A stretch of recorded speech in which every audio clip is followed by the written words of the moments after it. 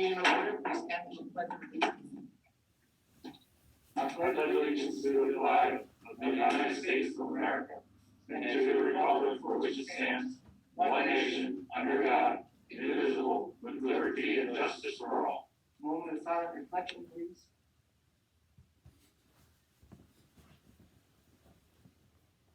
Thank you. Please have a seat. Roll call. Carl, Here. Reichner, Here. Reese, Here. Brochus, Here. Iceland. Here. I make the motion to approve the minutes of February 8th and 22nd of 2021 and the reports of the fire department, police department, treasurer, engineer, and code officer. Second. Reichner, Yes. Reese, Brochus, Yes. Iceland, Carl. Yes. Are there public comment on agenda items? Yes. Tammy Kunzman, are you on the Zoom meeting?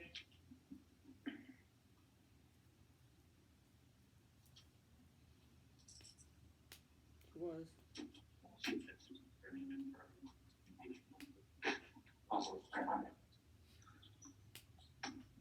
Okay.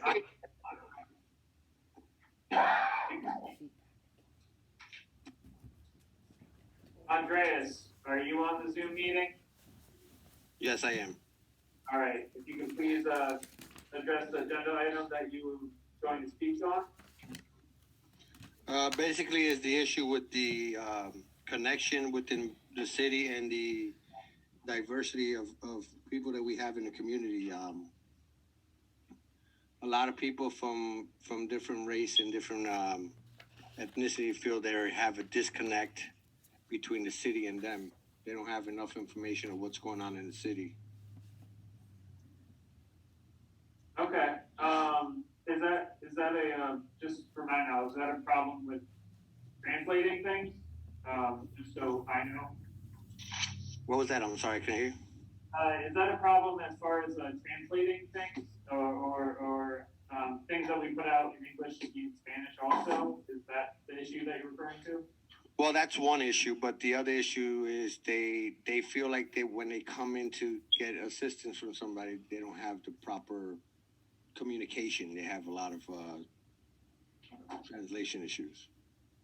Okay, understood. Thank you. Megan Beck? Yes, I have some comments on the square footage issue, which is up for discussion this evening. I've talked before on this, but it's been quite some time.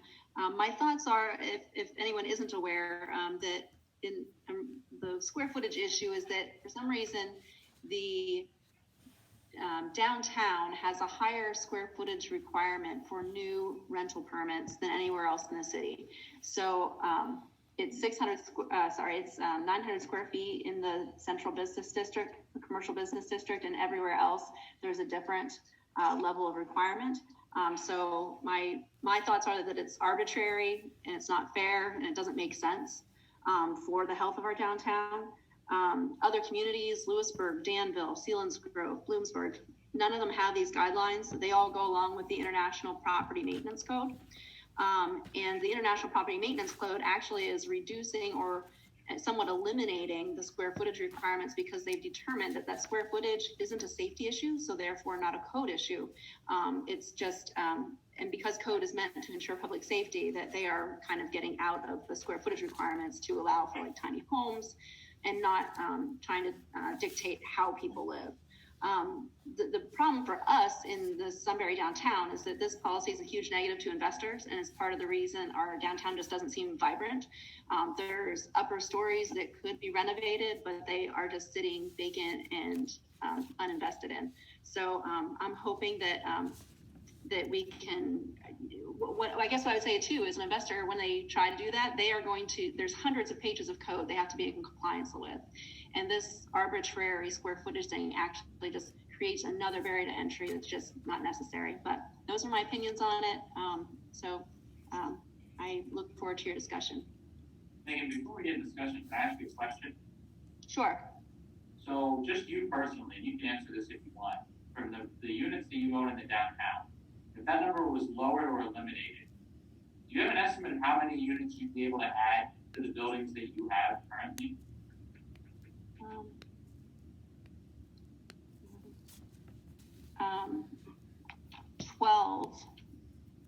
would be able to add 12 units, I believe. Thank you. And my question, Megan, of those 12 units, what's the average square footage you would have? I couldn't answer that well. It's a pretty big variety. I have some that would be right around, or like somewhere around the 400 square foot mark, all the way up to 900.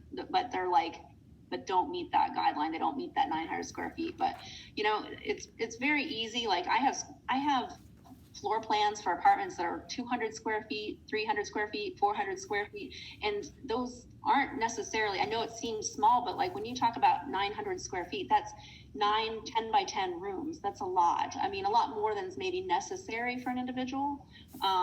And I'm fine with us just going to like what we use in the rest of the city, which I think is, I think it's 3 and 4, or 3, 4, and 6. So 600 square feet for an independent building, which hopefully we wouldn't have in the downtown anyway, but then it's 400 for anything for multiple person occupancy, like a couple, or 300 for an individual is the way it's written. That's how our code is written. I know it's a little awkward or weird, but that's how it's written for the rest of the city. I don't know why we wouldn't eliminate this out of the fast track and just allow it to default to the standard square footage for the rest of the city, or go to the International Property Code. I mean, that makes more sense to me, but and like I said, you know, that I think that we have people, I'm hoping Tammy talks about this because I know she has a building where she could potentially put in units.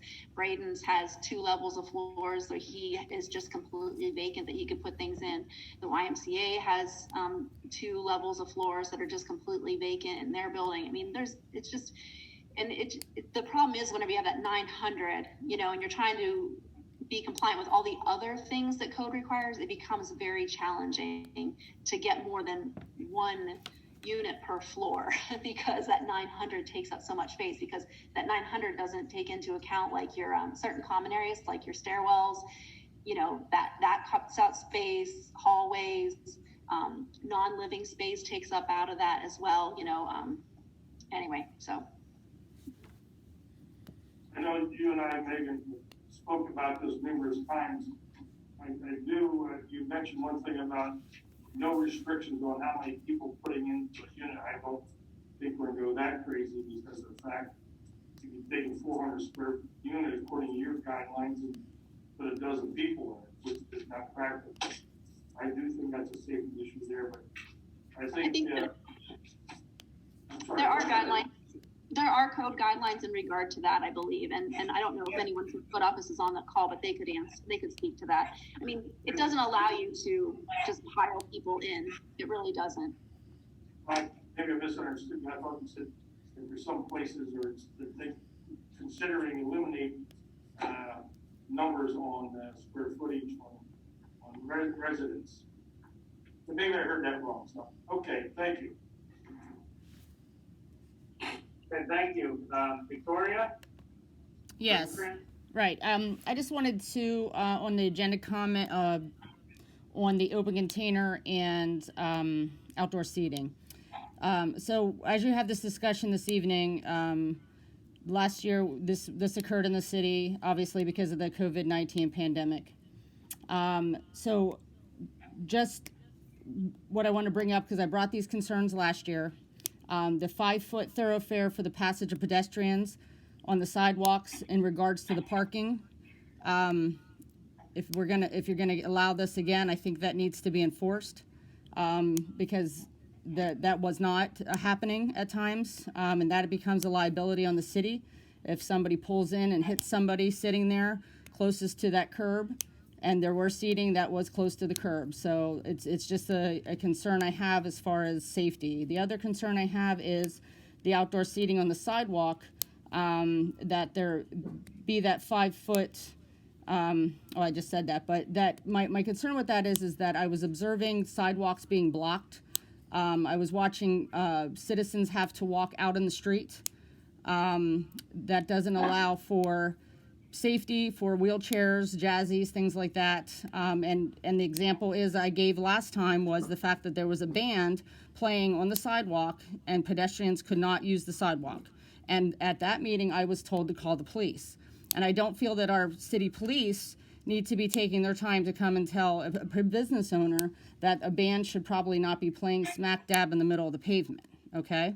So now let me explain here is that I'm all about our businesses and our downtown, and I understand we're in a pandemic and we want them to make money. But I also, the citizens of the city should be able to walk on the sidewalk, roll with their wheelchair or jazzy onto the sidewalk and be safe in our city. So that's what I have to say. So I hope those things, if you're discussing it and continuing with what you did with the resolution last year, I'm all for that. I just think that some of these things need to be enforced. And the other thing is that we have many businesses in our city that are restaurants that are under the constraints of the numbers set forth by our governor. And so I think also just being mindful of closing streets, because not every business in the city, if they applied for that, are going to be able to close a street down. So those are just some points I think that need to be discussed again and enforced. Thank you. Thank you very much.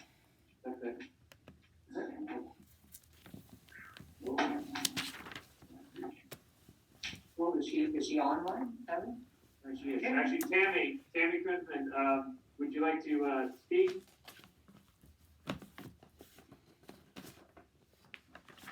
Tammy, she's on there.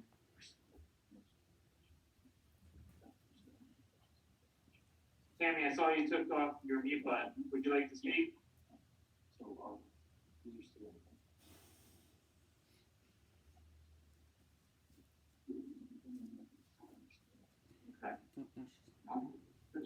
Okay, I think we're good. All right, Mr. McAvoy's support. Sunbury Revitalization Inc. is looking for letter of support for the FCFP grant for technology, and we have Amanda from SRI on to speak a little bit about it. So Amanda, you can unmute yourself and speak about the grant that you are seeking support from the city from. That'd be great. Sure, can you hear me? Yes, we can. Okay. So yes, we are applying for a grant. It is for $10,000 for technology upgrade. And what we are looking to do is, many of you know that we are renovating this building. It's got many working pieces of the renovation. And one of the things that we need to do here is we need to expand Wi-Fi and technology for the future use of the building. We've had meetings want to happen here. We've had shows. We have higher education institutes that want to rent here, but we don't have access to be able to provide them with an all-over Wi-Fi access and public network. So we're looking to do that. We also have some ideas to renovate some of these rooms here for business conference rooms. And so in this technology grant, we are also going to put in projectors and screens. So it's pretty simple. It's a pretty simple grant. It's just a couple things to keep the renovations moving and get it rented and provide what people are looking for. You know, people look to rent this building, but are kind of taken back when we don't have something. So the more we can offer to get them to rent it and to be useful for what their organization wants it for, the better. Okay, thank you. Yep. Do they require anything from the city other than just a letter of support? Just a letter, please. Okay, so make a motion. Oh, this is just a visit. Yellow in there. That's right. Way to go, Chris. Your head's up. Thank you, Amanda. Thanks, Derek. Thanks, guys. Do you have a deadline that you need that for? Yes, actually, it is due the end of March. Okay, thank you. Yep. All right, Councilman Reese. So just wanted to discuss it, just to see if anyone had any questions next week. We're gonna be looking to extend the normal, rate period for the renewals for property for rental permits. The cost, it only goes up $10, from $50 to $60 at the end of March, April 1st, it goes up for that cost. And June 30th, then in July, would go up to 75. All I'm gonna be looking to do is extend the $50 to June 30th. reason being, this year is the first year that we're asking property owners to basically sign off and make sure that they have insurance, that they and all taxes are paid. The taxes is the reason why we're looking to extend it. If the taxes aren't paid, we ask that they are on a payment plan. We had a resident, an owner that said basically that they couldn't get onto a payment plan until May. They did some researching into it, and that is typical. And this year, with them not being able to receive the rent, it kind of makes sense. So that's all we're looking to do is just extend that $50 cost to June, just to give people this time so it doesn't cost them an extra 10 bucks a evening to do that. There really isn't anything else to that. I just wanted to put on and discuss and see if you guys have any questions on that before we bring it up next meeting.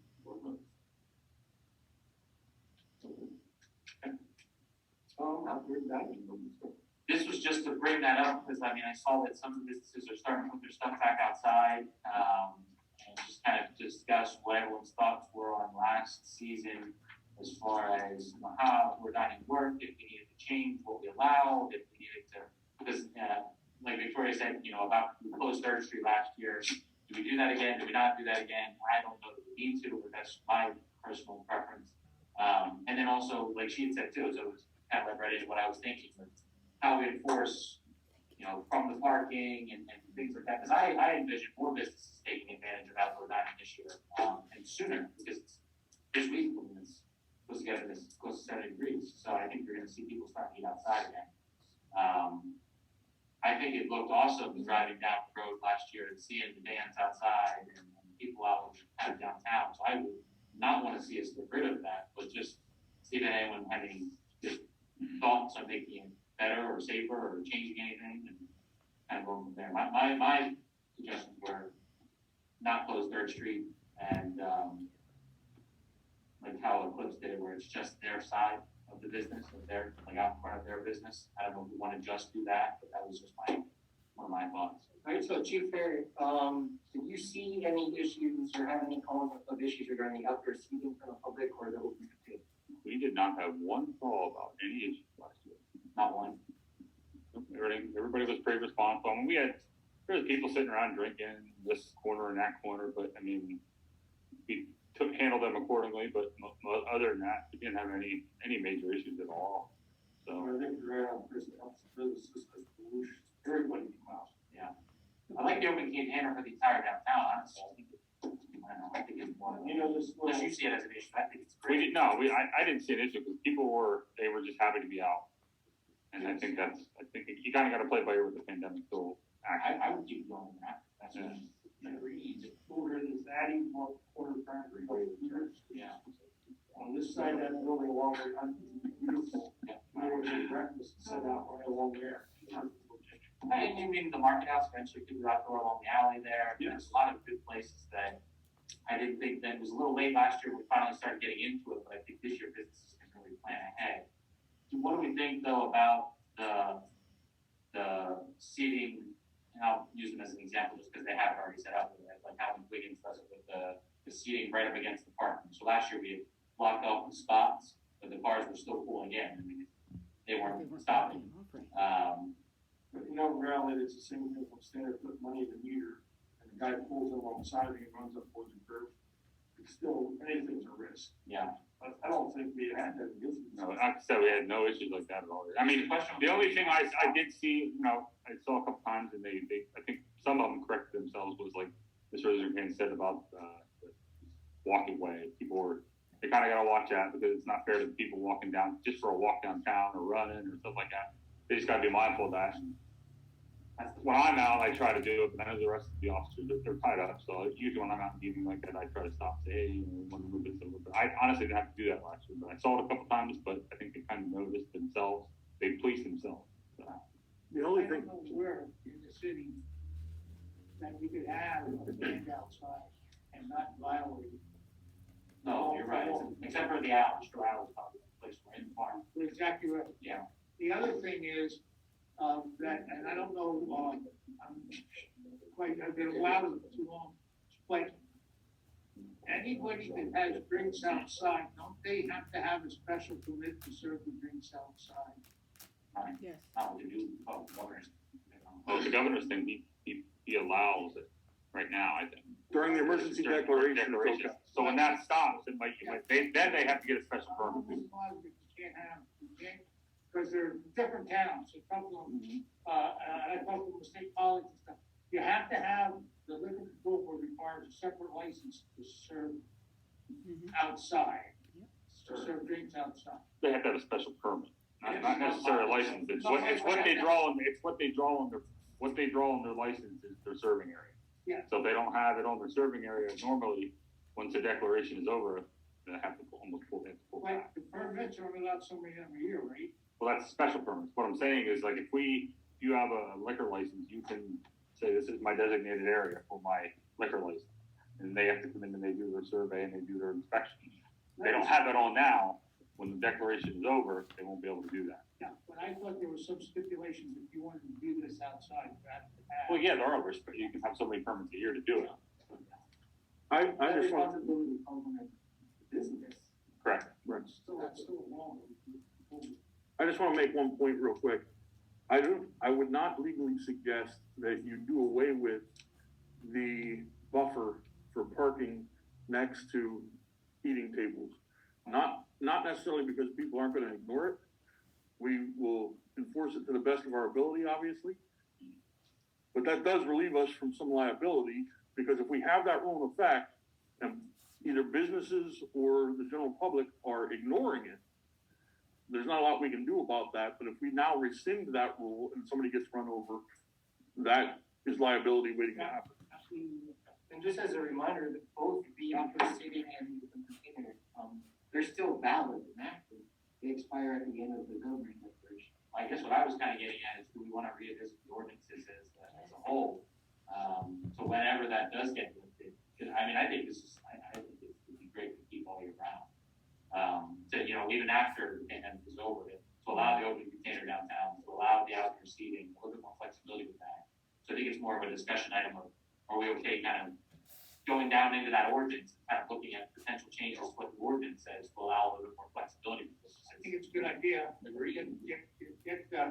Get the regs from the liquor control board as what the requirements are, and make sure every establishment follows them. And we don't have to worry about that, only we're going to open containers, Yeah, that's true. And LCD, they break the rules, LCD will. Because we're not telling them to set up shop and sell the alcohol outside, we're just allowing the public to drink it outside. Allow them to purchase it and take it. And that's how we wrote it.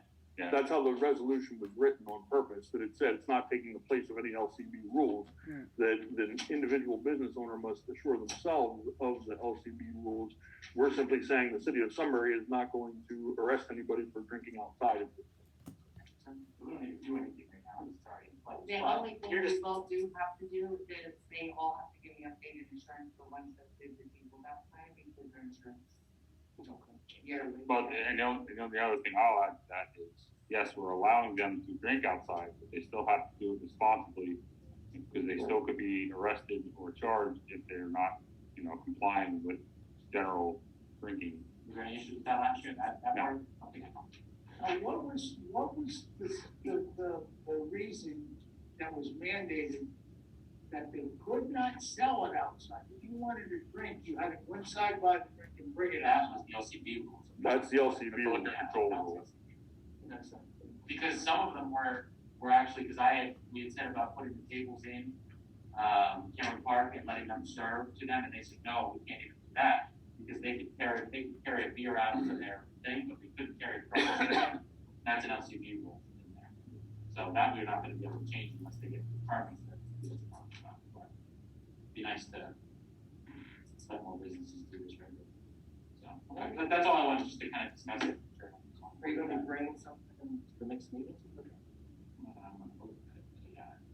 We have to bring That's something we might want to look at.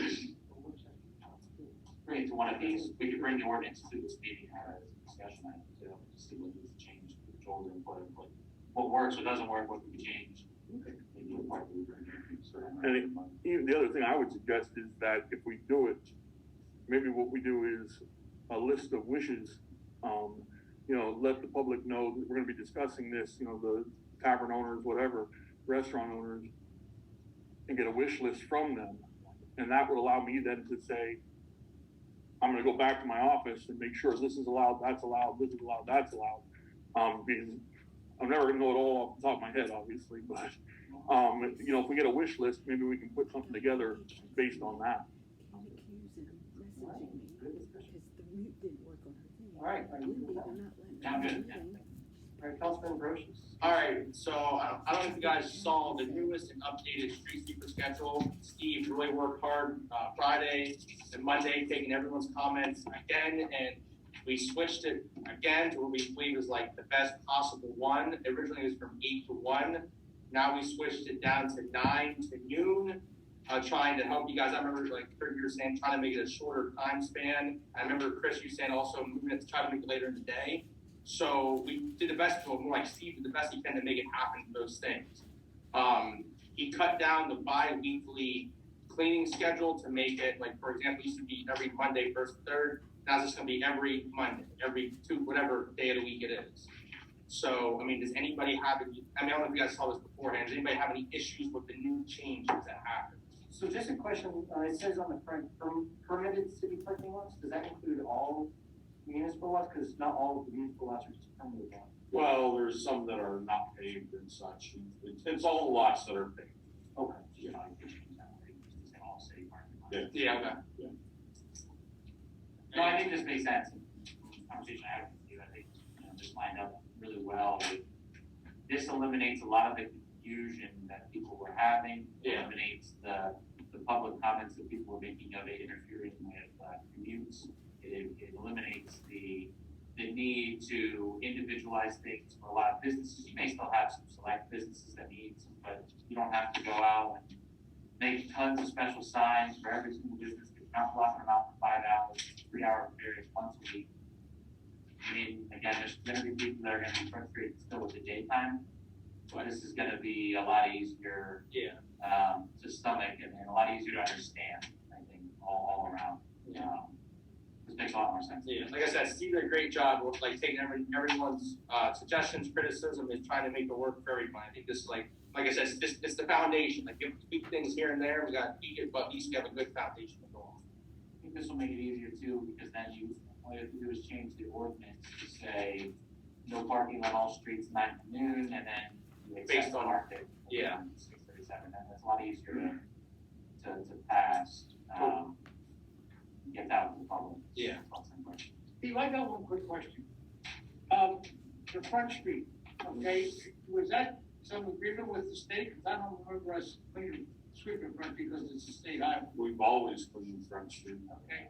But we definitely, believe me, I'm working with the state right now to work on a utility agreement with them for Catalyst Avenue, Reagan Street, Market Street, all the way down through North 11th Street, all those state streets that we've been sweeping for all these years. We haven't been getting paid for it. I'm working on that. And we did the bridge too. Yeah, and we're working, well, we used to have an utility agreement with PennDOT to do the Veterans Memorial Bridge. We have everything quantified in here. It's just a matter of working it back and forth with PennDOT. And hopefully we have good results on What are that. you looking for? Are you looking for payment, or are you looking for something for them to do for us? No, we'll look for payment. Yeah, this will be a straight influx. I didn't know if you look for any kind of mowing help or something like that, because they come down with mowers already anyways to do that section. There's a whole bunch of stuff we need to discuss. Because there's some possibilities that we can help each other out on things. Maybe work a little bit. Yeah. Do you have any concerns regarding Fridays? Because Fridays list seems pretty large with the streets. Yeah, there's a lot on there, Kurt, but, I mean, in total, on that specific day, I'm not too concerned. I mean, I'm looking at right around 2.5 hours total worth of sweeping, 43 minutes of travel time. That specific run is running pretty much average with the rest of them. There's just a lot of streets on that one. It isn't a matter of the mileage is up, the times are up or anything like that. There's just a lot of simple streets. And with this, we did add in, there's an additional, we're gonna be sweeping 59.6 miles, this year. That's 1.96 miles more than we've ever swept here in the past. We're gonna be sweeping 80th Street, Alice Street, Kramer Avenue, Reno, 47, Mosser, Hillside Drive, and Augusta are all additional streets. And for an answer for people who were questioning, well, how do we determine which streets we sweep? We sweep exactly like every city is. If you have a curb, it should be getting swept. There are some ones that we are doing in addition to that, but very few. Most of the criteria is if you have a curb, you're gonna get swept, and we're gonna do everything we can to do that. Yeah. I think, and I don't know if what I said in, how much you factored into it, but it seems kind of unrealistic, but two, when you're doing this, originally you had it where it was first and third, and it was only gonna be swept every other week anyways. With this, if on Friday you get down and you only get to Fort Augusta and traffic was bad, you couldn't get to it. Exactly. Okay, well, next week you start at Susquehanna and you work the loop the other way. Yeah, our drivers, we have a route book built for them, so as they go through, they check off every time they do a street, when they get to that street, and if they run into that situation, that's how this is constructed, that they can go back the next week, pick up where they left off, and continue to rotate right through. Then it'll have at least impact on the residents of Hope. I mean, we're doing everything we possibly can. So were we using the street sweeper every day previously? We're using overnight. We were doing 4 days a week previously, but we were doing 8-hour full shifts. So this will be completely different on that. So it should ease up on the maintenance rate, I assume. No, it'll be about the same amount of maintenance on Just it. being more effective. It's just using it more effective, and then also it'll be from a safety perspective, it's a huge difference, because instead of having one of my guys out there working by himself for 8 hours at night with nobody around, if he's down at my shop and he goes to dump and he falls out of that machine and bonks his head and he doesn't have a cell phone or radio, he's there at 6:30 when I get in, at 6 o'clock whatever time I get in, and it's just not a safe situation. That's one of the biggest things, is get this guy on the day shift as well. And how many employees are currently trained to operate? I have 2 right now. No, I think this Oh, looks. 3, I'm sorry, 3. I think this looks a lot better for the community. You're still gonna have people that aren't gonna be happy, but I think this will, you did a good job answering as many questions as you could and alleviating as many issues as you could to come up with a plan. Thanks, Steve. Thank you. Mike, a quick question. Are you starting with the streets at the top of right in order? Is that your order on the Yes, that should. What I'll do is I'll provide you with the exact order. I'll provide you with a. So I have when my officers have to go pick it, they know where to go first. Okay. Just get that to me then. Yeah, I'll get that to you. Thank you. Oh, we're gonna, good, great. And so this will be on next council meeting for, approval, right? Since we had, I'm not speaking out of turn, but since we had this previously, this is how. What I'm just saying is I'd like to start getting rid of signs. I have hundreds of Ordinance we have to come before first. Okay. Yeah, so we have. Well, I wanna say we're trying to change the ordinance, just the resolution to the ordinance, to make sure. Do that. Can you do that, Joel?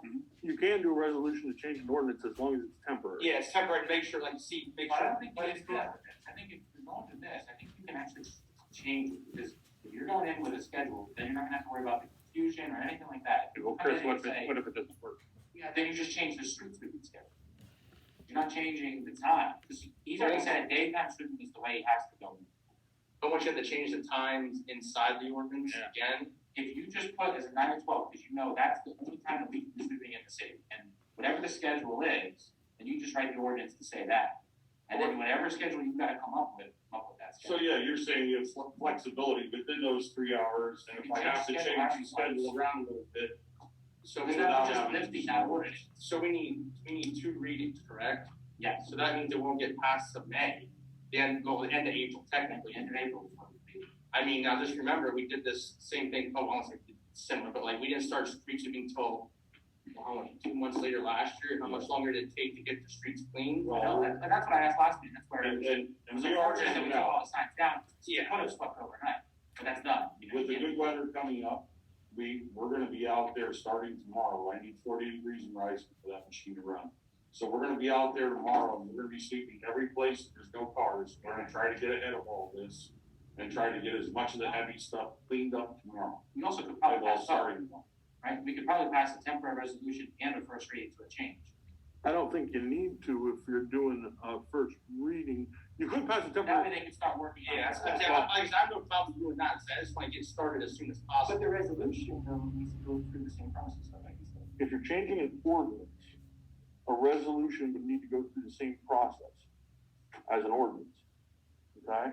And actually, I was gonna grab you anyway, because what I was thinking, no, I wrote down here, talk to Josh, because I think too, at this point, it'd be easier for you to do an ordinance based on this than do a resolution, and we do it generally speaking, and it will say, you know, as some of our code sections say, as per a schedule to be announced by council from time to time. Or Fee schedule. Yeah, exactly like the fee Okay, schedule. that's fine. And that'll give you guys latitude to make changes without having to go through this every. Okay, that works. We'd be making a street sweeping ordinance. That's right. Because right now, all we have is no parking that gets lifted. Right, we'd be making a street sweeping ordinance, which would take care of everything and allow them to proceed in the future as necessary. But that's what I'm thinking. The only thing is this is just for street sweeping. Yeah, Because this also affords me the opportunity to paint parking lines. Oh, no, I understand. Street repairs I and everything understand. else, so it's not just. so that's why I think it's maybe easier if we just amend the no parking and allow them to do the street sweeping. That's where I was coming at. Because right now, we already have the no parking that we just live as needed based off of the schedule. Right now, the no parking ordinance says, no parking on all city paved streets from 2 AM to 6 AM. That's what it is, and then we live that ordinance throughout the year. I understand, but what I'm saying is, and again, I'm not here to argue with anyone, but I think it's cleaner if we do a street sweeping ordinance, but within the confines of that, you can do what you need to do as far as painting and whatever else. It's just the opportune time, okay? It won't say plus painting, but you and I both know if you're not there and it's clean, you can paint that. Especially when we come then though, because like Nori, for instance, they keep their schedule all year round. So then snow removal days are in the exact same time as street sweeping. And we can do that. Okay, but then if it's, so we wouldn't be able to, we just couldn't call it a. No, I wouldn't call it street sweeping. It would still be called no park here, it's just the stuff, we Or weren't make made it defined. I'd call it, Until it's suspended. I actually wouldn't call it no parking, I'd just call it a parking lot. Okay, but And, that's you know, what whatever. it is now. Yeah. Okay, sounds good. We're on the same page. Yeah, we're just talking apples and oranges, but they're both fruit. Alright, so I'll get, so Joel, I'll get with you and we'll get something written up. It's, I guess we, can we, I mean, I know the discussion is until, well, we can do it for the next meeting, right? Yeah. First reading and Because we then. discussed it now, we can do the first reading. Right. Yeah, okay. I'll have it ready. Yeah, okay, I'll get with you, Joel, Yeah, or something. we'll just throw That that, works. Alright, based on what we have. any other questions on it? Alright, let's move. It's still you. Oh, yeah.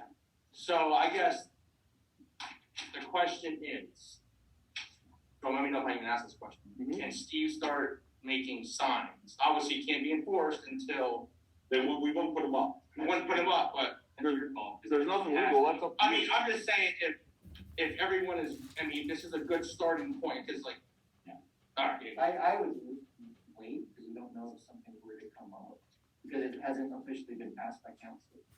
well, that's what I'm saying, it's just like, you'll talk, okay, alright. So next one. So grant writer, I spoke with Derek a little brief, I think, I don't know if anyone else has about the grant writer, I know how he extended his work with us into this year for a little bit, so I would say Derek, I didn't say you spoke with him last week, I was to see what we got from him, or where we're at with him at the current moment. I talked to him, end of last week and asked, out of the grants that were applied for at the end of last year, has he heard back basically? He said he hasn't heard back from any of them, so he's assuming that's a no for all. I did ask him for a list today, of all the grants that he's applied for us. He hasn't gotten me that list yet, prior to this meeting, so I'm anticipating probably getting that tomorrow. And that's where I'm at with him. Yeah, we will have to see, because we had met a while back and given him the priority list of what he was supposed to be going after, and we haven't had a meeting since then to see what he did. So I'll be interested to see if there's any more on the list than what he had. If not, we have to probably figure out one of two things. One, is it gonna be still him finding the grants and then, or Derek and him finding the grants and writing it and help Derek out at the beginning here? Because I mean, he owes us 120 grants, that's the way I see it. So Well, but the thing of it is, Well, he gave us a 6-month extension at no charge. But he said he was gonna, the contract said he was gonna rent 120 grand. I agree with you. So regardless of how long it takes, he said he was gonna rent 120 grand. That was the question that we had those other concerns. Because if we don't get the grants, do we get reimbursed? We don't get 120 grants. He told us it wouldn't be a question. He said it was gonna be an easy thing, yeah. So I do agree, we gotta find that. So, He always wanted- so Joe, I have a question. I mean, I don't know, obviously I don't have the contract in front of you, so let's just say it takes him, I'm not like 5 years to get 120 grants. Can we hold him liable to that, or if he says, I'm sorry, I'm not wasting 4 more years with you guys? It depends what the contract is. Okay. Honestly, because I don't remember. No, what I it says. understand. No, I don't know what all the language, the contract is $1,000 a month, 12 months. Right, and 10 grants a month. right, and I know that it was a total of 120 grants, but I'm not sure if there was a time limit on that or how that was. If he didn't get, contract was for 12 months, he would believe that his contract, that he had to produce that much within the time frame of the contract. Right, I agree, Now, I agree, unless it says something else. Because the thing that I look at the contract and see if there is any recourse for us to go back on him for monies being repaid for the lack of, say. Lack of service. Well, lack of service is great, but say instead of 120 grants, he gave us 50. All right, so if we take that monetary, why we paid him, we get roughly 50%, is he gonna pay us back the 50%? And that's the question. I think the answer to that is yes, especially if we give him, since we gave him a 6-month grace period to catch up to the 120 grants. Especially then, if we would get to the end of the 6-month grace period, and he doesn't have 120 grants done, I would say we absolutely could enforce the fact that we get money back. And the reason I'm saying that is the courts are kind of inclined to give people a break right now because of COVID, obviously. But once you get a 6-month extension, I'd say everything's out the window and we could get the court to enforce it pretty easily. Yeah, Right. That's worst case scenario. Right. Right, but I'm very hopeful that we get 120 grants or more and don't have to sue anybody. So. It's simple. If no one's really asking, we heard only 15 grants that actually apply. It's 15, 18. Yeah, wasn't a lot. I think it's a long way to go. No, he wanted us to give him projects, which we did at that one meeting, and then he was supposed to go apply based off the projects, but I don't, that's the last we heard. All right, anything else? Not on that one. I'll keep going. All right, Mr. Becker. Oh, we have one more. So, speaking of grants, I know, Oh, we were on the grant. no, there's one below on this easy one. So I know, you said I know Brad, you said you're looking for grants for the EE building. I know the committee that was involved in it, now that we have an estimated dollar amount for the building, I was just wondering, where we're at right there. I mean, or anything secured, is anything lined up, anything that's promising we're gonna get?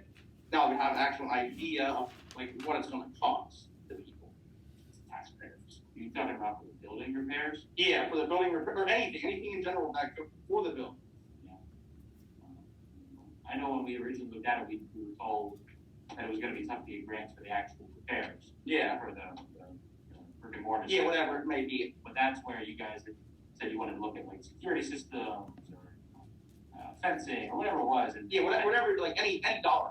Yeah, we maybe, I don't know, That's there what that- to even be able to start applying for this. I don't know. That's what the grant guy was supposed to look for. Grant writer's supposed to be applying for all this, getting us the. Like I said, I was just wondering, I didn't know if you guys got feedback on something other than this, and that's what I was asking. I did check with a few legislators about funding they have, and they just said they cut a lot of that, basically fat out of their budgets to do stuff like that. So.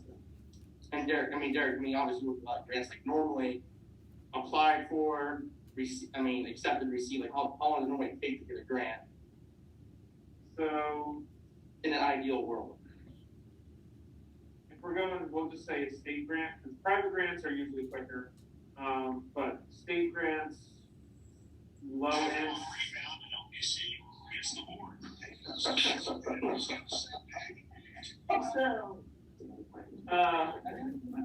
Low end, would be 6 months from submission to probably paperwork signed. More realistic, we're probably looking at about a year, 10 to 12 months. So six months to a year. Yeah, but 6 months is usually few and far between. Most of the ones I've seen are 10 to 12 months. You do hear that you get, you're awarded within 6 months, but it takes 3 more months, 4 more months to sign the paperwork. Yeah. You're not, that's state stuff. Yeah, that's state. Federal, probably about the same, maybe longer. Private, I mean, that can happen quick. I mean, if you're talking Walmart Foundation kind of private, it takes a little longer, but if you're talking active foundation, that's private, say the Degenstein Foundation, it's usually quicker than obviously Walmart Foundation. Okay. Thank you. So we definitely need to get this list from. Yeah. And find out exactly when does this contract extension end. All right, Mr. Becker's.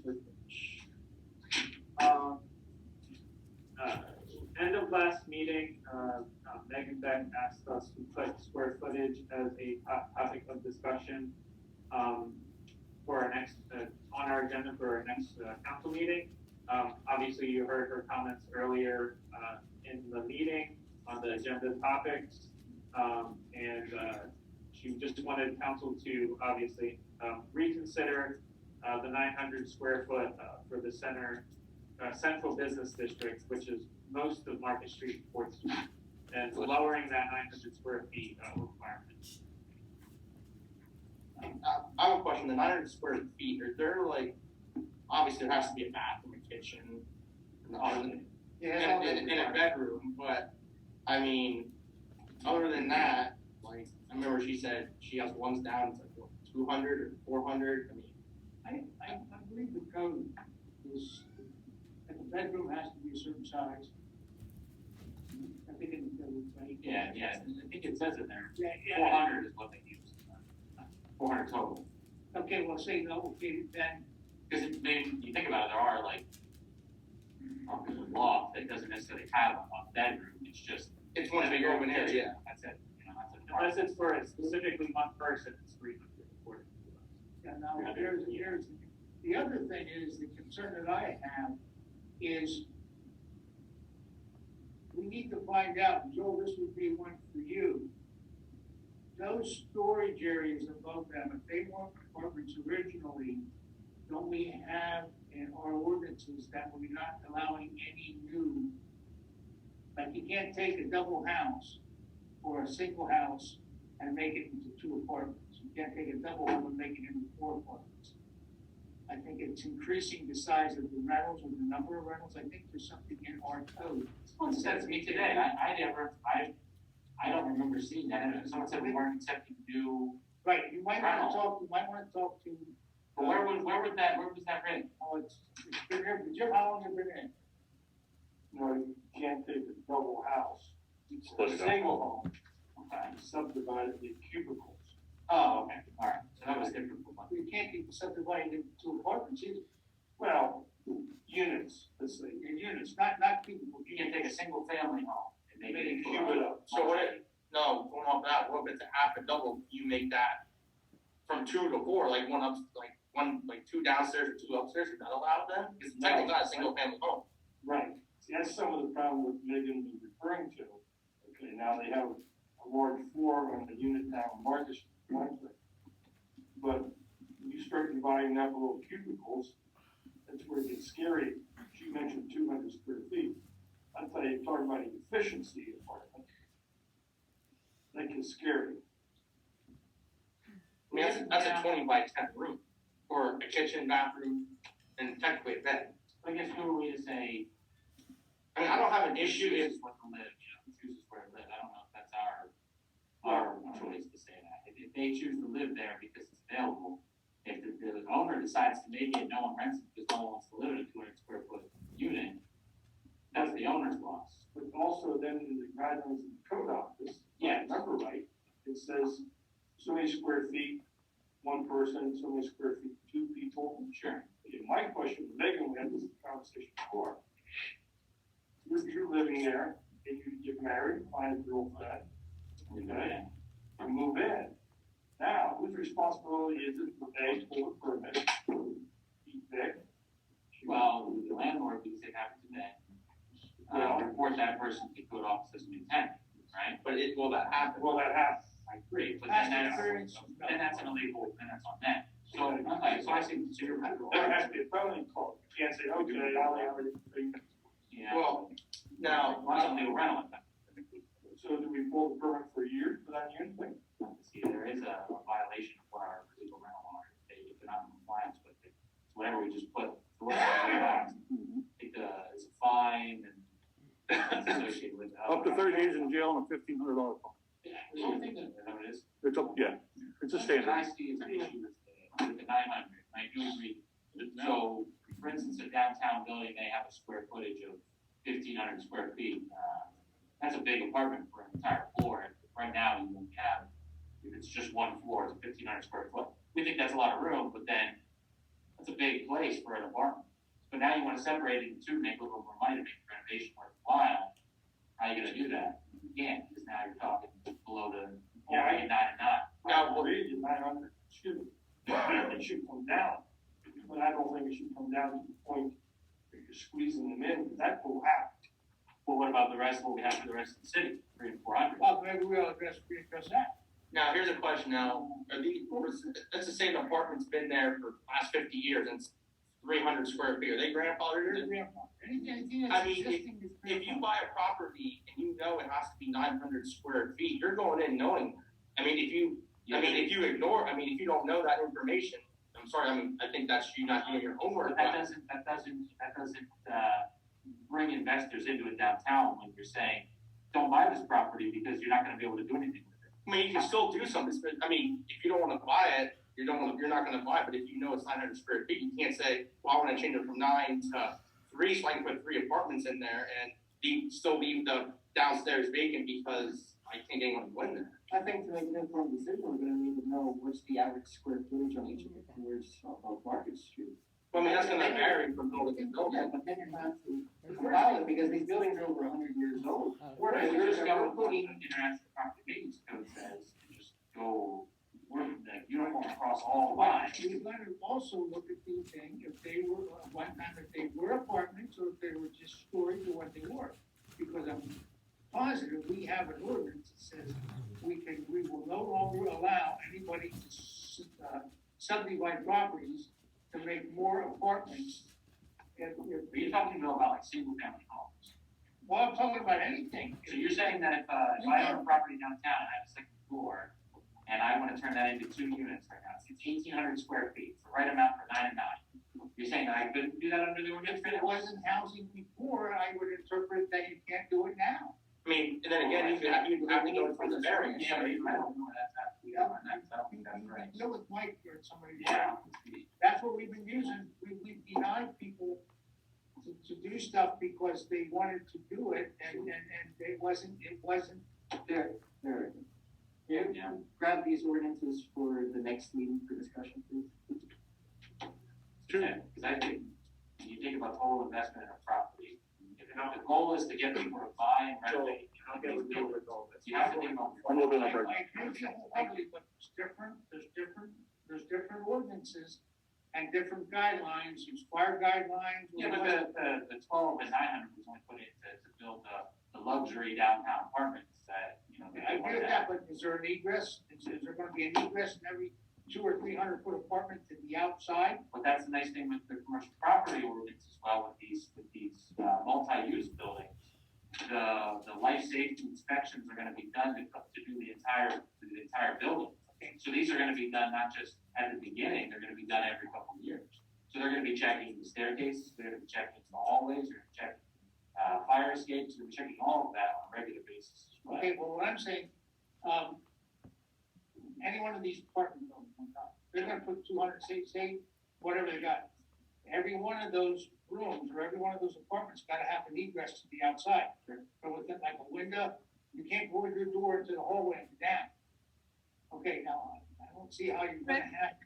That's not our decision though. If they wanna buy it and be able to put the window in, they can do that. Okay, Well, they have to, before they can get zoned or passed, they're gonna have to have egress. Exactly, yeah, But that's so on the property. I think what, and to Megan's point, I think what she's saying is, we're taking it off of us, stopping them from doing anything, and just letting them become the business owners that they are. At that point. Right? Yeah, I mean, like I said, I think it's just something we gotta revisit again, totally separate topic to figure out what we wanna do, how we wanna do it, go from there. Or we just say we're gonna stop the property maintenance. You don't have to reduce anything. Just do what property maintenance is. We do that for everything else. We do everything else in the city by property maintenance. Except for square footage. Except for square footage. well, I mean, I guess it all depends, like, you guys, back when we were talking about other stuff, like, what kind of downtown do we want? What kind of thing? It's like, you could, We want a downtown that people are willing to invest in. well, I understand, I mean, I get that, I think, like, the first one is bringing our buildings up to code, like we talked about, I think it should be the biggest thing, but. Anyway, and that's a good point, Chris, but yet you don't want to make cubicles that when we do an inspection, they're in there like sardines. I don't believe in that either. I can agree with that, but if they pass, we don't say how people live. You know, we don't say how people decide they want to live. That's not us. We're not doing that. To me, that's not our decision. Our decision is to pass what the proper guidelines are. If International Property Maintenance Code says these are the guidelines, they meet all of those guidelines. They have the right amount of people living there. Why are we getting involved further than that? Would be my question. Go live in Russia where they live 20 people in an apartment. Again, it has to come back. That would be my point. Community diversity. So late last week, it was brought to my attention by a citizen of Sunbury. Some issues regarding, for instance, translating even the agenda into Spanish. You know, there's predominantly Spanish-speaking citizens that can't get our agenda in Spanish so they can read it. Even just someone was coming in and paying their taxes last week. They predominantly speak Spanish. Luckily, the individual I was talking to translated for us. But if he wasn't there, we wouldn't have had anybody being able to translate. He brought up issues about access to food, as far as food products to make authentic food from, I think it was Cuba and Central America. People travel to both Williamsport and Harrisburg to purchase seafood. They also travel to Williamsport and Harrisburg to eat at certain eateries because they feel they can't get it. So, in my mind, also economically, those are people that are leaving to go that live in our community, leaving to go eat somewhere and then come back and live in our community. Economically, that doesn't make sense for us, and that's not good. And also from the standpoint of having things translated and things of that nature, and I know we're trying to do the CPAC, and that's one step, but he brought up a plethora of issues that go farther than just, relationships with police officers and things of that nature. So the goal for this was really to figure out what is the best way to honestly get those issues to us and figure out how to tackle it. Because getting those issues to us, honestly, this is the first time I've heard it. So even hearing about the issues is an issue. So, sorry for the fun. But it's trying to figure out, is it, creating a diversity officer, not a whole committee, just a diversity officer that could be within the community that can bring these to us and say, hey, we have this issue of caring about it in the community. And then he helps us, he or she helps come up with a solution to that problem. Something like that. I don't have that answer. I don't think creating a whole committee for it, usually in my mind, is the answer, because quite frankly, we have enough committees, and it's usually the same people on all the committees, or we can't find enough people to fill the committees. So I'd rather make it more simple, and have an individual that's in the community that talks to these diverse background individuals, and knows the issues, and figure out the issues, and bring them to us. Because right now, I don't think we have them. So I'm looking for a conversation on that. Francis, we do a lot of school stuff. School translates pretty much everything, don't they? I know like all of the stuff they put on Facebook, there's a translation for it, and when I get the phone calls, it's, you know, you get the Spanish version of it and stuff like that. Do you see anything else in the meetings out? Not live. No, on that line. I don't know if they do anything. I mean, if we could, but the school does send home like on one side is English, other side, right now Spanish, like, we could do that with some more things. Yeah. Like, obviously, it wouldn't take much to put this English or Spanish or whatever language someone wants. But, I don't have an issue doing that, but it's just like, all right, what language do we pick? Or we just ask someone, what language do you want it in? If it's just like bringing up French or German or Russian, I don't know. Like, I know right now there's a predominantly, like, normally Spanish most of the time, but the school district does. We could have a line set up on phone calls, like a language. And I don't know what that would cost, but it would have to have some kind of cost. Yeah, that would have to go on to the new phone system. Right. There could be, they can come in and say, I need help with speaking Spanish or something like that, and then that line will contact this number and speak to us in English, and then the other caller in whatever language they want. Yeah. Is there any, I like the idea of like a diversity liaison, whatever the word is. Whatever you wanna call it. Let me say that I know unfortunately Joel, you know this as well, that there is a translator. She's also a probation officer, Esther Rose. Yeah. And she does that throughout the, so she may, So with Sunbury all the time. they need somebody, they call her in and she translates for them? Well, she is a probation officer who speaks Spanish, and they use her in that capacity.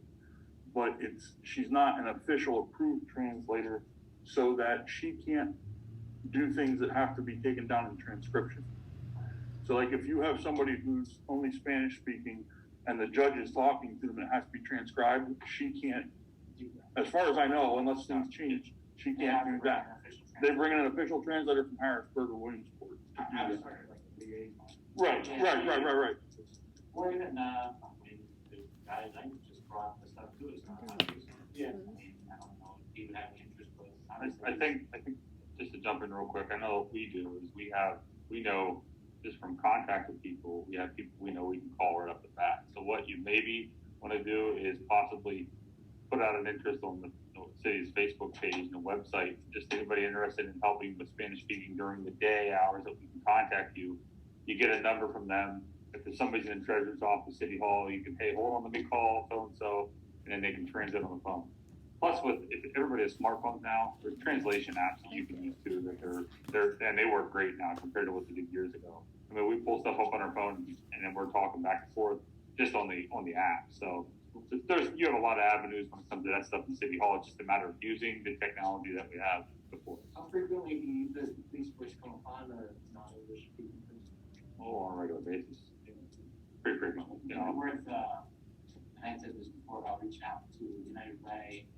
They have a whole council, diversity and inclusion council that's dedicated to this. This is what they do. Maybe if they took this on as a task of just saying, okay, as a city, where are we lacking in areas of diversity as far as like, what could we be doing to make it easier for people to access our information and things like that too? And I know I use that as an example, but he brought up a couple, and I know we're talking about that one, but and the reason for bringing it up was not only to just talk about that one thing, but realize that there's that issue and a whole bunch of other ones that we honestly may not even know about. And I think, half the battle is even just hearing about it, because until he brought it up to me, I'll be honest, I didn't really think about it, and didn't realize there was an issue. Until he said that, I said, you're absolutely correct. So even, for our Facebook posts, for our website. So there's a whole bunch of things that we have not accounted for to this point. And for him to bring it up to us, number one, he or she, if we decided to go officer route or liaison or whatever, and then not only that, we have to figure out solutions to it, because I'm interested to see what the new census comes out as, but I would guess that our diversity is just growing. if I had to take a guess. So it's something that we should and need to deal with in my opinion.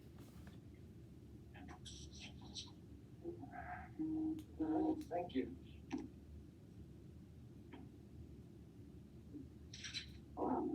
PD construction bids. So we did receive a recommendation of award letter from Sunbury Architects.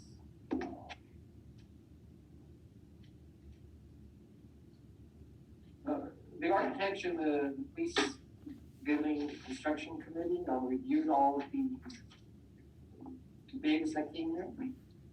There were a total of 8 bids received, all seem to be responsible.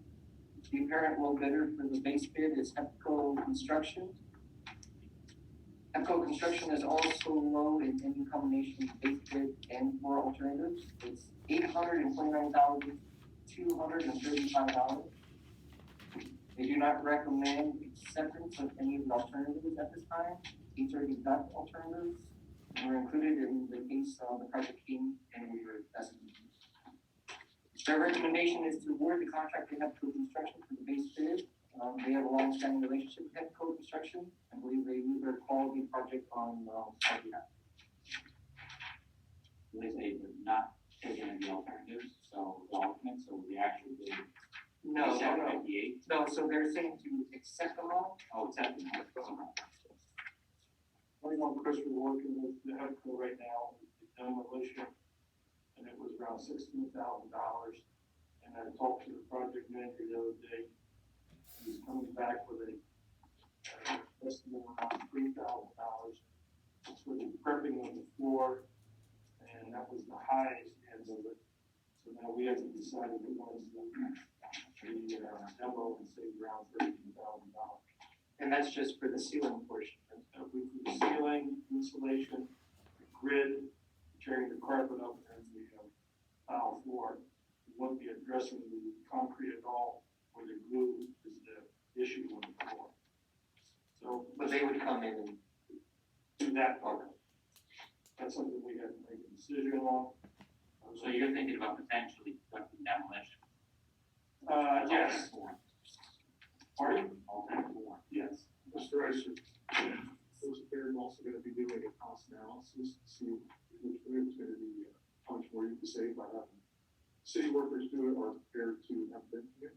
That's true. I was going to take it, I didn't get down the conversation far enough. Sorry, I was going to say about Mr. Walker and Mr. Backer here, we hope to do a walkthrough and see how much time the flood will take us. And then he can do the evaluation. sound good. Okay, thank you. So either way, we will have a recommendation at the next meeting to accept one of the bids. Yes. This bid just to get the building totally up to ready to use minus furnishing, correct? That's right, okay. So we're well under. That's the addition that's in. That's what we put, it's less than we were. It says we do not recommend acceptance of any of the alternates at this time. Because if you accept them, it's deducted. Yeah, but I read that too, Rick, I thought the same thing. Okay, all right, okay. But possibly you're talking about accepting the alternate form. Yes. So you'll have that recommendation for next. Okay. Any other questions on the bid? Okay. As everybody's aware, the city council meeting policy was updated at the last meeting. So there's some concerns that we brought up because the first meeting of every month is supposed to be discussion only, and the second meeting would be just to make the actual vote. So for instance, if something was late coming up and it didn't make it to that first meeting, now we have to wait to put it on as a discussion until the first meeting of the very next month, and then wait until the last meeting of the next month. So now you're looking at almost a month and a half before you can actually do something. So I do really like the idea of this allowing the public to have extra time to actually review things before we make the finalized vote on it for new topics. So what I'm recommending to change at the next meeting is to, instead of the first meeting be discussion only, second meeting, new topics, it would be, you just have to, both meetings would be the normal meetings, discussion and new topics, but you have to skip one meeting in between the new topics to give the public that time frame. You So it can't takes vote on two- any new business items until one meeting of discussion. Yes. It takes 2 meetings to vote. Any questions on that? Ready for a vote? Yes. Unless it's an emergency, Yeah. and it's to conduct city business. Yes. Maybe Jared, or something. Well, Mayor can take credit for this one. Never mind. All right. Proclamation. Whereas Women's History Month began as Women's History Week in 1980, when President Jimmy Carter issued the first presidential proclamation declaring the week of March 8th as National Women's History Week. Whereas women of every race, class, and ethnic background have made historic contributions to the growth and strength of our nation in countless recorded and unrecorded ways. And whereas women have been and are leaders, not only in securing their own rights of suffrage and equal opportunity, but also in the abolitionist movement, the emancipation movement, the industrial labor movement, the civil rights movement, and other movements, especially the peace movement, which created a more fair and just society for all. And whereas women are able to pursue a formal education, start a business, serve in the military, raise a family, or run for the elected office. Whereas this month we celebrate countless pioneering women and the victories they won, and continue our work to build a society where daughters have the same possibilities as sons. Now therefore be it resolved that I, Kurt Karlovich, being mayor of the city of Sunbury, county of Northumberland, Commonwealth of Pennsylvania, on behalf of the city of Sunbury council members and citizens, do hereby declare the month of March 2021 as Women's History Month. I make this into a formal motion. Do I have a second? Reichner, Yes. Reese. Yes. Brochus, No, Heister, Yes. Karlovic. Yes. and I just want to say on the record here, I'm not against women, I'm not against any group, any organization, any cause. I just don't think we have to vote on the proclamations. I'm not, All right, thank you for that. I'm not done this way. No, thank you for that. The people have your no vote against recognizing them as a status. I just want you to So put on now, the Facebook page We're going that to note that, accept because you'll have everything on Police Facebook. Officer Terry Ketchum. Thanks for the opportunity to speak. Officer Ketchum, unfortunately, has decided to leave the department because he is pursuing other opportunities in the accreditation process that he enjoys. He will be effective March 26th of this year, leaving the department. Do I have a second or make this into a full motion to accept his resignation? And just to say, he will be staying on part-time, just so everybody knows. So accept his resignation as full. Thank you. Yep. Reese, Brochus, Yes. Heister, Karlovic. Yes. Reichner. Yes. Officer Ketchum has truly been an asset to the department regarding getting us some grants and helping us with our accreditation process. Yeah, and I'll say this much, he really struggled with this. This is, he loves it here. He's glad that we brought him in here. It took him about a month to decide really what he really wanted to do, but this is his calling, the accreditation part. He's still gonna help us get accredited. He's helping me with the policies, because that is basically his forte. It's what he does. It's what he's going to do for the state police right now. And he wants to stay on. He's gonna volunteer stuff to help, with grants, anything like that.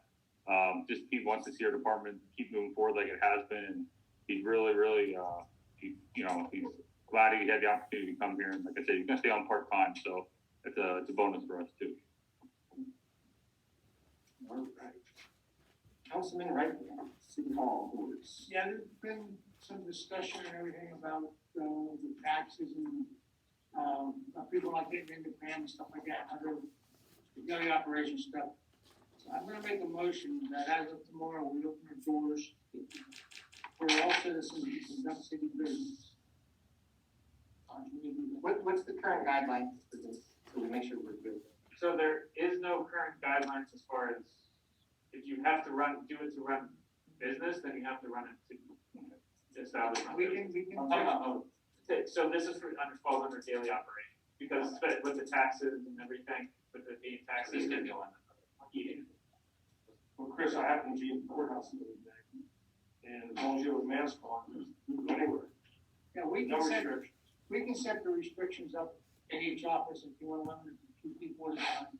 But we can put them on the doors of a separate office. The two things it affects is the code office with, getting, permits and building permits and stuff like that, and collecting the taxes in the tax office. Really, there should be any restrictions on to wear a mask. This is a business.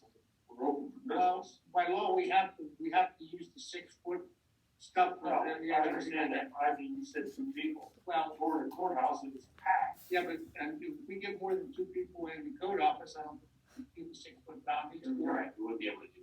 Right.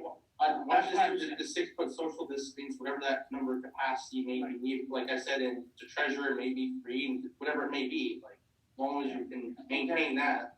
That may be just kind of your role on the code, is just kind of putting capacity limits on each of the buildings. Yeah, and I mean, the caveat with anything, you know, adhering to, as we pass Department of Health guidelines, because that's what we pass for all city properties / city buildings. So that would be still in effect even with this going on. So 6 feet, not squaring, things of that. So if this motion goes through, just want to make sure, if we're opening the doors to the public, we want to make sure all the blinds of the offices are open and the doors remain unlocked. Yeah, That way for security reasons, we can I don't know that. how it can be monitored, but it's, I don't know that I mean, we gotta let people in, but people just maybe visit, talk and stuff like that, I don't know that. Official. Yeah, and yeah, that could be and like you said, monitoring, it's difficult, but stressing, especially on this call, is individuals that need to come into the city to conduct business, you know, have to pay their taxes, have to come in for permits, have a legitimate concern, question with the city, things of that nature, that's city business, so things of that nature. I don't think anyone's coming in to have a party in the foyer. I mean, like, seriously, guys. Okay. You make a motion? You gotta make a motion. Second. Brochus, Yes. Iceland, Yes. Morlogan, Yes. Reese. Yes. Right. Yes. Alright. Mr. Becker, amendment to 2018 flood. Our 2018 flood mitigation program grant is set to expire on June 30th, 2021. That is funds that we are using for the Redding Street project. So asking for to extend it for June 31st, 2022. We have to get that to PCD ASAP. So make that into a formal motion. Vote to sign an amendment to extend grant from June 30th, 2021 to June 31st, 2020. Make that into a formal motion. Do I have a second? Carter, Yes. Reichner, Yes. Reese, Yes. Brochus, Yes. Iceland. Yes. Alright, and financial participation. This is an agreement / resolution with PennDOT that will allocate $250,000 for the Redding Street project with the pension of invoices. These are the funds that have been talked about with PennDOT to basically conduct curb work and paving for the Redding Street, for them to reimburse us and for doing things on Redding Street. We've got a formal motion to grant the document signed by the mayor. Can I jump in for 1 second? Is this a new document? Yeah, from I'm a little hesitant to let you guys vote on that if I haven't reviewed it. Okay, it's just, what I'll do is, signature after the review of the solicitor. On my motion, but what that is, Goldie, for the last year and a half, 2 years, they promised us $200,000 for that project. They increased it by $50,000 because of the current cost, inflation due to the COVID. And what they're doing is locking themselves in, guaranteed that $250,000 for that project. Let me ask you this, is there any, I'm looking, give me 1 minute to review 1 paragraph? Either way, your motion would be Joel doing a full review and then basically become fully tricky finance.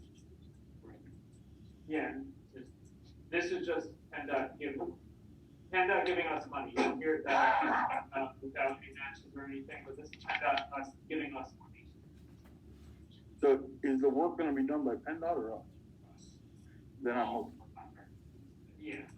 Right. You know, as first station, you know, The, You're gonna be digging. you may remember, we had this issue come up before, where they wanted us to indemnify them for work they were performing in the city, if you remember, over by the railroad. That scared me. This does not have, we don't have to worry about that, there's indemnification, but we're performing the work, so I'm okay with it. Question.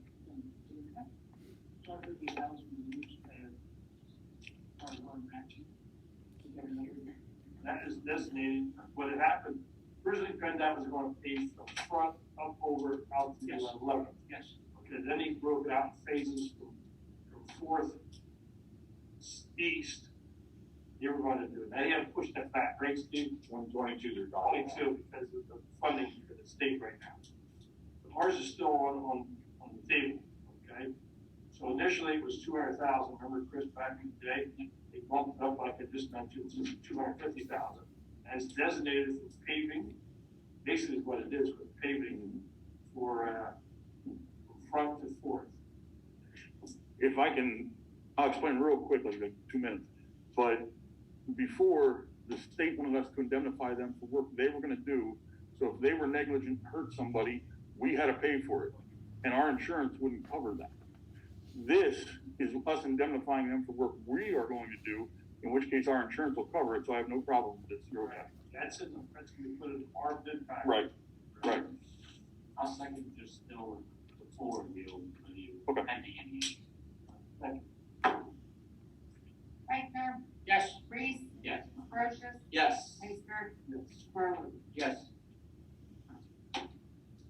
Councilman, yep, approval to pay invoices, of $67,769.47 of general fund and $32,612.44 of liquid fuels. I can make the motion that we pay those bills. Second.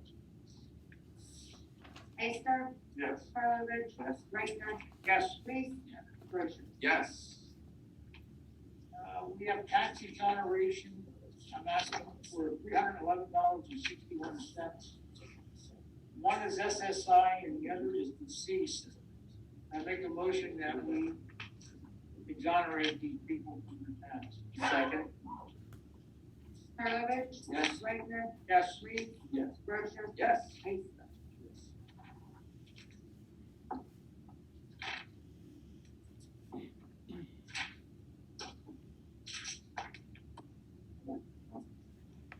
All right, we are accepting letters of interest for the planning commission appointments.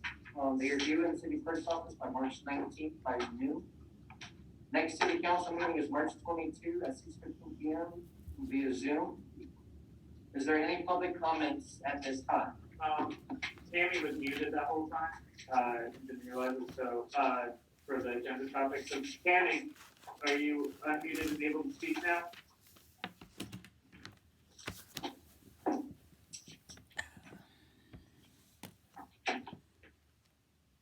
Tammy, you there?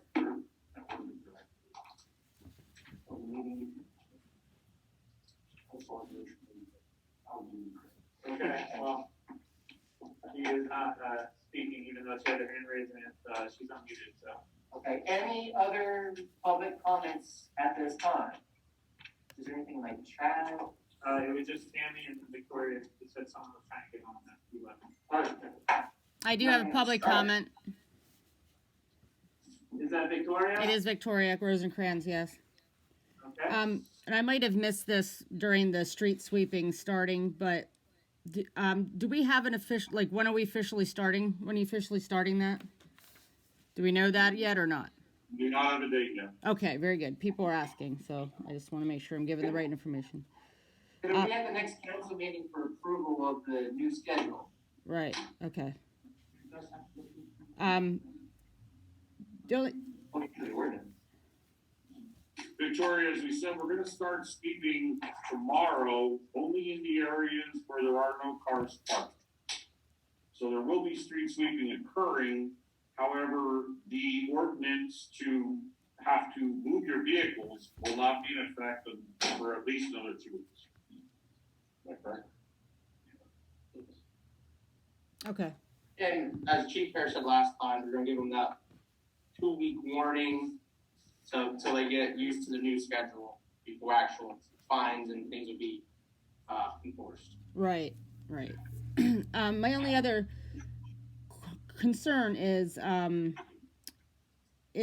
alerting the public to things that are happening in the city. Now, I know the city has the webpage, the city has a Facebook page, and that things are placed in the newspaper. I'm seeing a disconnect with not the newspaper, but with the website and Facebook. Sometimes things are put on the Facebook, sometimes they're not. Sometimes things are put on the webpage, and sometimes they're not.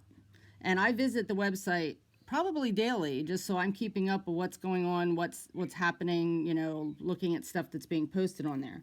I'll give an example. So we'll go with snow removal. It was in the newspaper on February 24th, but there was nothing on the Facebook page to alert citizens, nor was there anything on the website. And that snow removal was in the daily item on page B2 down in a little corner. Okay. And so, and I get, that, so I just, what I'm suggesting is if we could get a consistency with that, because somewhere along the line it fell apart and I'm not sure what happened. So that, just suggesting that, because the other thing is, the agenda, and I understand that the agenda technically by the webpage that it only needs to be posted 24 hours in advance. So this agenda for this meeting was posted Saturday afternoon. But, and I get that. So you can go with the 24 hour. My only concern here is that it's happening on a Sunday afternoon. So I guess it's up to the citizens to keep checking for those things. It's just that prior, that used to be posted a little bit before that, especially when we're asking people to be emailing and to get on the agenda for the comment items before noon on Monday. Okay. So I'm just asking because I'm hearing also out there, now there's people that don't get the newspaper, people that don't have internet, and people that don't have Facebook and things like that. So do we have, I'm pretty sure, I know we have a bulletin board, like, is there one in the foyer of City Hall? And again, my suggestion is if we're utilizing that to its fullest capacity to be posting the stuff out there, and I'm not saying it's not being posted, I'm just making a suggestion. But for the social media and the web page, if we could get the consistency of those things being put on there. And thank you, the suggestion was made, thank you for the city council button, because it's much easier now. You click on that, you find the agenda, you find the Zoom link, that's great. But I just, if we could get more consistency with getting this information out to the citizens. So that's all I have, thank you. Any other public comments? Lindy has her hand raised. Lindy?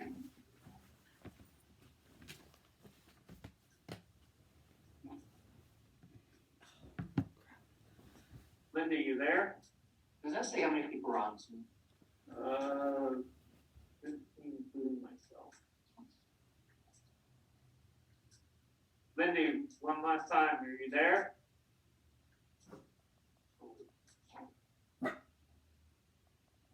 That's the only issue I have with this technology, because we don't know if there's an error with it on. They have to be muted, they're not there. Anything else, Derek? Going once? Lindy's mic isn't working. Type your question. Go ahead, just type your question while Mr. Alex. Lindy, type your question and I'll read it once we have another question. We got one right here. No. Oh, I thought, okay. Girl. Yes. I have two announcements that's pretty important to the citizens of our area. First off, there's a grant center just came out, it's called COVID-19 Hospitality Industry Recovery Program at Church. It's for for-profit only businesses in the hotel, restaurant, eatery type, where they can go and secure grants up to $5,000 to $50,000. Student college is one who's interested in this. So you need to go online and then try to find out. This is for the recovery, the COVID-19 recovery, and I think it'll help a lot of our restaurants downtown here, our bars. But it's for for-profit only, so fire companies and clubs can't apply for this. Yeah, this started, this is from, March 15th to June 15th, depending on how far the funds go, but at least starting March 15th. So I encourage anybody out there that needs to get this money to apply, to go online and try to get this. The other one is the county just received $5.9 million in emergency rent assistance. CSO, which is Central Susquehanna Organization, is administering this. And I know there's probably a lot of people in the Sunbury area that are back on their rent or utilities or whatever, and I encourage you to go ahead and apply. It's a lot of money, $5.9 million available from Cumberland County out there. The guidelines are online, or if you call CSO, they will walk you through the process. A lot of money, so I encourage everybody to apply if they can. Emergency rent assistance, it does not cover mortgages.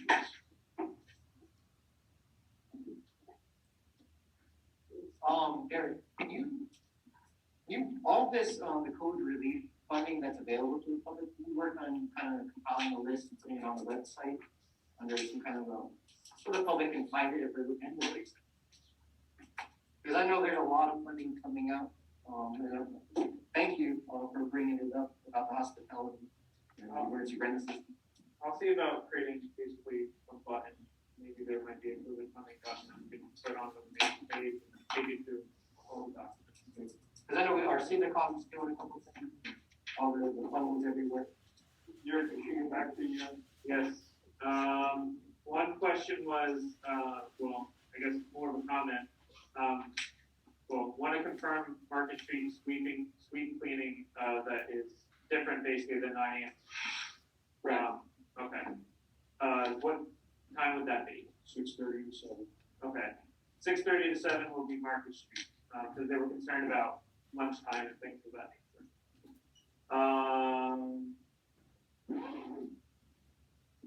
Then he said they have a Hispanic center in Reading that offers services such as education, senior living, churches, clubs, etc. for the Spanish-speaking community. It would be a great opportunity for the concerned citizens to look into possibly starting their own center. Sunbury has a 6% Hispanic community. In the meantime, the city should always create a list of resources available for the community. I can answer this one. When will we know about the CEDACOG grant? We are going to be reviewing those applications this week, this Thursday. Next meeting. So, Next meeting. yeah, you'll know by next meeting. And Lindy said just a suggestion to help, and that's it. Okay, any other comments?